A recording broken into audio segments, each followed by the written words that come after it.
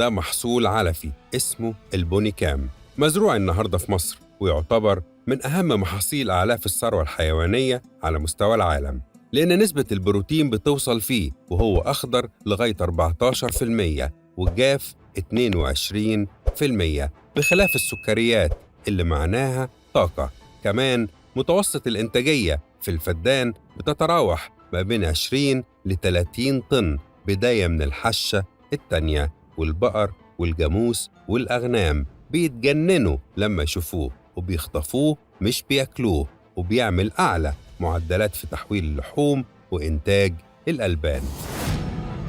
اسم الصنف ده تحديداً بونيكام MG12، برازيلي، وعمره بيمتد في الأرض لحوالي 10 سنين، وأنتجته شركة عالمية متخصصة في التقاوي اسمها ميتسودا، معروفة طبعاً، واللي نجح في الاستحواذ على ثقتها لتوزيع البذور والشتلات في مصر 2 من الشباب الجدعان، عادل الشرقاوي وعبد الله الشرقاوي، وهم من محافظة البحيرة، مركز الدلنجات، وتحديداً قرية البستان، وبجد بيشتغلوا ليل ونهار عشان يتوسعوا في الصوب اللي بتنتج شتلات البونيكام، وبينقلوها بعد كده لأراضي المزارعين.